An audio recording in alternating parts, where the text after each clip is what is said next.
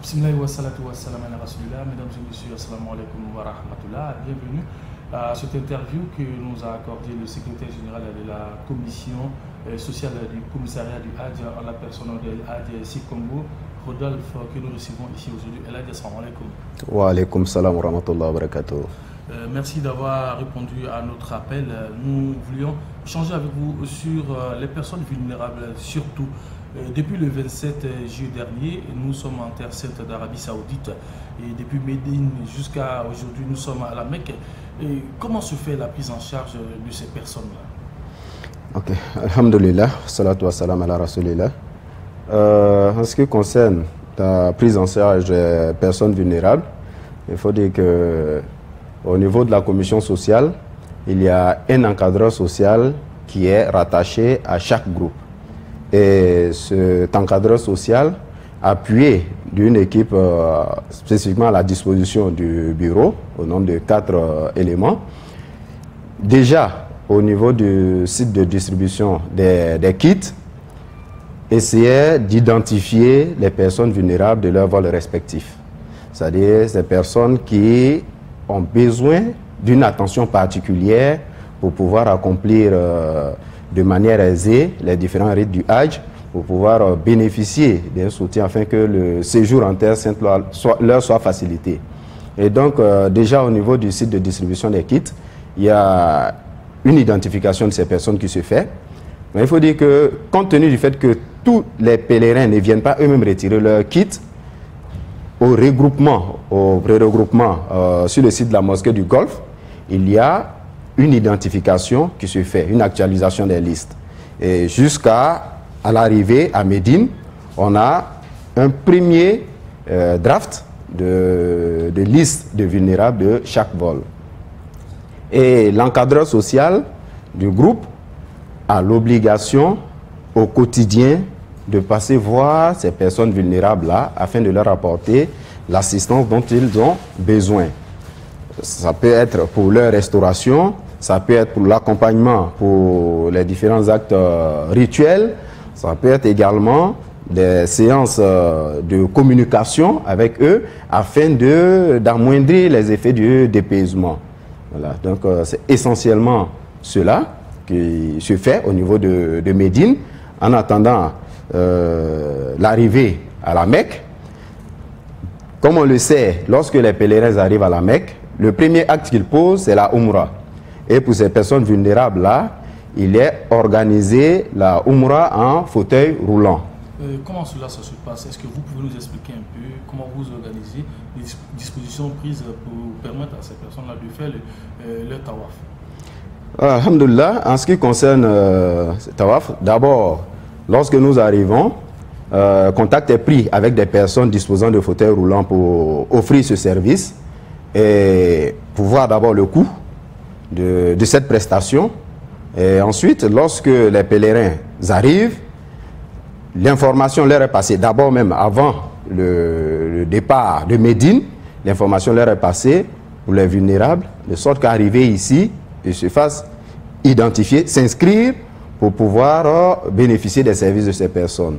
Et il faut dire que pour la Umrah, les coûts sont de 45 000 francs CFA, ou pour ceux qui ont la monnaie locale, le rial, 225 rials, pour bénéficier des services des fauteuils roulants, qui comprend le tawaf, c'est-à-dire la circambulation autour de la Kaaba, 7 tours, et en plus le trajet Safa et Marwa, 7 tours. Et cela va sans dire quand même qu'il y a des difficultés que vous rencontrez. Vous êtes confronté à quel genre de difficultés très souvent? Parce que c'est des personnes qui sont dans les fauteuils roulants, c'est des personnes vulnérables. On sait que souvent, c'est pas trop facile. À ce niveau, il faut dire que la difficulté est à 2 niveaux. Le premier niveau, c'est souvent au niveau même de nos parents. Nos parents qui ont été identifiés comme vulnérables. Certains sont réticents parce qu'ils trouvent le coût exorbitant, alors que, comme je l'ai dit, déjà depuis Abidjan, depuis le pays, ils sont préparés à ça. On leur demande de préparer de l'argent. Et cette année, on leur avait demandé de préparer au moins 50 000 francs par tawaf. Parce que c'est le maximum que nous pensons que les coûts puissent atteindre. Si cela est moindre, c'est tant mieux. Hein. Dans le cas contraire, il ne faudrait pas qu'on se retrouve dans une situation où l'argent n'est pas suffisant. Mais malgré cela, nombreux sont les parents qui, lorsqu'on leur parle de ça, ils sont hésitants. Certains essaient même d'aller avec le grand groupe pour faire le tawaf et arriver soit chemin faisant, ils s'avouent vaincus. Donc, ils nous sont ramenés et là, il faut trouver encore des personnes pour aller avec eux. Bien, certains même, arrivés à la mosquée, essayent, mais dès le premier ou le deuxième tour du tawaf, ils n'arrivent plus à continuer. Donc là, c'est la première difficulté que nous rencontrons, c'est-à-dire l'acceptation du fait que, enfin, d'amener certains de nos parents à accepter de faire leur tawaf en fauteuil roulant pour leur bien-être d'abord, avant toute autre chose. Donc on fait l'effort de les rassurer que c'est le même mérite que celui qui le fait à pied, mais seulement que compte tenu des difficultés particulières qu'ils rencontrent, ils sont obligés, comme le professeur sallallahu alayhi wa sallam nous l'a enseigné, pour celui qui n'a pas la capacité physique, il ne lui est pas interdit de se faire porter pour accomplir ce acte-là. Ça, c'est la première difficulté. La deuxième difficulté, c'est quelquefois au niveau de la disponibilité de ceux qui le font, les pousseurs. Bon, actuellement, pour la Umrah, il n'y a pas trop de problèmes, puisque les vols viennent progressivement. Mais généralement, lorsqu'arrive même le tawaf et le sa'i du Hajj, les porteurs se font rares, puisque là, c'est tous les pèlerins qui viennent à la Mecque au même moment, après le séjour de Mina, pour accomplir cet acte-là. Et très souvent, ces personnes qui ont les fauteuils roulants préfèrent aller vers d'autres contingents, d'autres pays où les coûts sont plus élevés. Parce que nous faisons l'effort, dans l'intérêt de nos pèlerins, vraiment de maintenir à un niveau assez raisonnable. Donc ça fait que généralement, pour le tawaf et le sa'i du Hajj, on a quelques difficultés. L'année dernière, par exemple, confronté à cette difficulté, on avait demandé à nos parents de se calmer le temps que la première vague puisse passer. C'est-à-dire, dès qu'on revient de Mina, tout le monde veut faire en même temps. Donc, après 2 ou 3 jours, étant donné que beaucoup ont pu faire, les coûts vont certainement revenir à un niveau acceptable. Mais bon, on connaît tous souvent l'impatience des pèlerins. Quand on arrive, on veut le faire en même temps. Donc, c'est là la seconde difficulté à laquelle nous sommes confrontés en ce qui concerne les tawaf en fauteuil roulant de nos pèlerins. Et à ce jour, ils sont au nombre de combien de personnes vulnérables? À ce jour, comme je l'ai dit, nous avons une première liste à partir du site de pré-regroupement de la mosquée du Golfe. Et ce site nous donne, ces chiffres nous donnent, si ma mémoire est bonne, je ne sais pas mes notes ici, pour 258 femmes sur l'ensemble du contingent pour 154 hommes, soit autour de 400, je crois 402 personnes, voilà. Après le séjour de Médine, il faut dire qu'au fur et à mesure, nous sommes en train, au fur et à mesure de l'arrivée des vols à la Mecque, nous sommes en train de mettre à jour ces données-là. Voilà.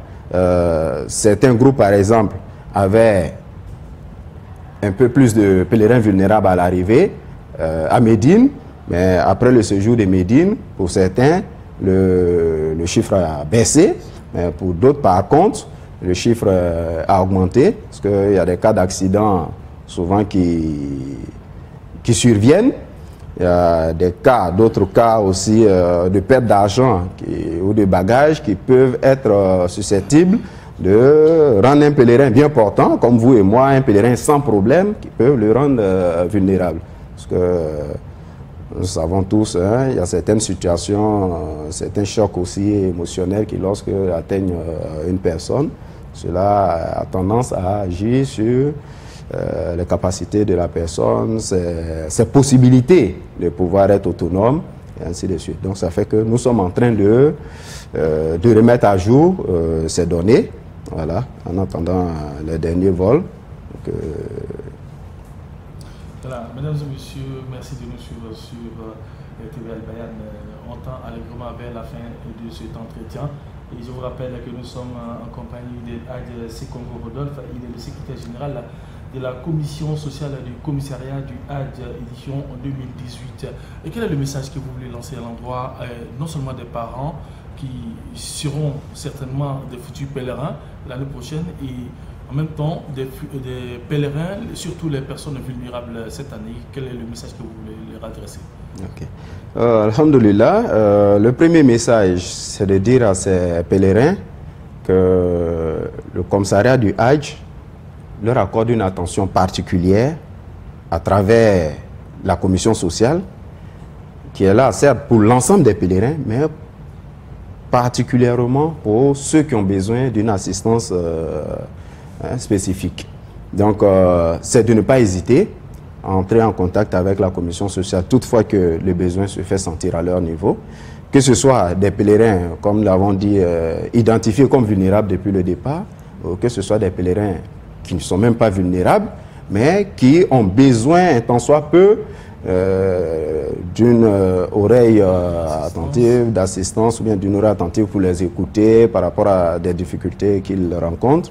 En tout cas, la commission sociale est à leur disposition, c'est de ne pas hésiter. L'autre message que nous voulons porter, c'est un peu à l'endroit des personnes vulnérables pour qui un accompagnateur avait été exigé. Parce qu'il y a des cas de vulnérabilité qui, en fonction de leurs particularités, font qu'il faut absolument un accompagnateur. Je prends par exemple le cas d'un pèlerin qui est en fauteuil roulant. Bon, tout le monde sait que celui qui est en fauteuil roulant a besoin forcément de quelqu'un pour le pousser. Et au cours des consultations pré-pèlerinage, on exige un accompagnateur.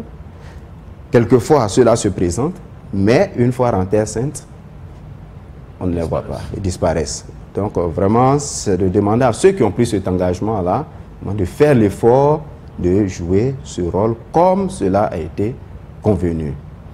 Et il n'y a pas de... Enfin, la commission médicale a certes des éléments de contre-indication absolue pour le Hajj, mais nous pensons que ni le handicap, ni l'âge ne peuvent être des éléments éliminatoires. Il suffit que les parents prennent les dispositions idoines pour pouvoir accompagner ces pèlerins-là, pour qu'avec l'appui de la commission sociale, le travail leur soit facilité. Comme nous l'avons dit, nous avons un encadreur social par groupe de 500 pèlerins. Un groupe de 500 pèlerins où on peut se retrouver avec en moyenne 25 à 30 pèlerins vulnérables. C'est-à-dire que le travailleur social seul ne peut pas être détaché pour un pèlerin en particulier, puisqu'il a obligation d'assister l'ensemble de ces pèlerins. Donc, il faut dire que la commission sociale est là pour eux, mais ceux qui ont été désignés comme accompagnateurs pour les cas de vulnérabilité grave, il faudrait qu'ils puissent aider la commission sociale à les aider pour que le séjour de leurs pèlerins soit facilité et que leur Hajj, l'accomplissement des différents rites soit aisé et que nous sommes tous là pour que notre Hajj soit agréé, que le Hajj aussi soit agréé. Merci Elhadji Sekongo Rodolphe, voilà qui est bien dit, c'est main dans la main que nous pouvons réussir cette émission. Nous étions en compagnie d'Elhadji Sekongo Rodolphe, il est le secrétaire général de la commission sociale du commissariat du Hajj. Merci de nous avoir suivis. Il était à la technique Saint-Louis Diabaté, l'ancien des camarades était à la présentation. Assalamu alaikum wa rahmatullah.